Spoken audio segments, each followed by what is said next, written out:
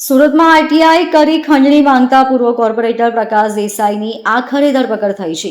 ખંડણીખોર પૂર્વ કોર્પોરેટરને પકડવા માટે એસઓજીની ટીમે દિલધડક ઓપરેશન હાથ ધર્યું હતું. પ્રકાશ દેસાઈને પકડવા માટે એસઓજીની ટીમ ટેરેસ માર્ગે આવેલા તેના ઘરમાં અલગ અલગ દિશામાંથી પ્રવેશી હતી અને પૂર્વ કોર્પોરેટર પ્રકાશ દેસાઈને 3 લાખ રૂપિયાની ખંડણી લેતા રંગે હાથે ઝડપી પાડ્યો હતો.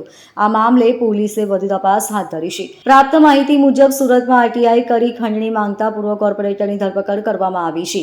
ખંડણીખોર પૂર્વ કોર્પોરેટર પ્રકાશ દેસાઈને પકડવા માટે એસઓજીની ટીમે દિલધડક ઓપરેશન હાથ ધર્યું હતું. એસઓજીની ટીમ પ્રકાશ દેસાઈને પકડવા માટે ટેરેસ માર્ગ પર આવેલા તેના ઘરે પહોંચી હતી અને પછી પૂર્વ કોર્પોરેટરને ખબર ન પડે તે રીતે અલગ અલગ દિશામાંથી ઘરમાં પ્રવેશ કર્યો હતો.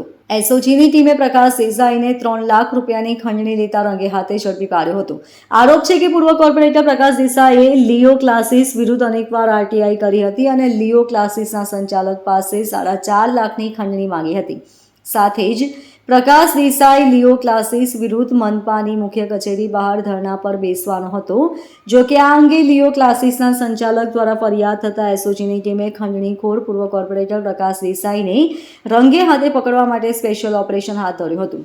પૂર્વ કોર્પોરેટર ધરણા માટે થિયેટર અને ખંડણી માટે ટિકિટ કોડ વાપરતો હતો. આ માટે આગળની કાર્યવાહી હાથ ધરાઈ છે. Bureau report LK star news, Surat.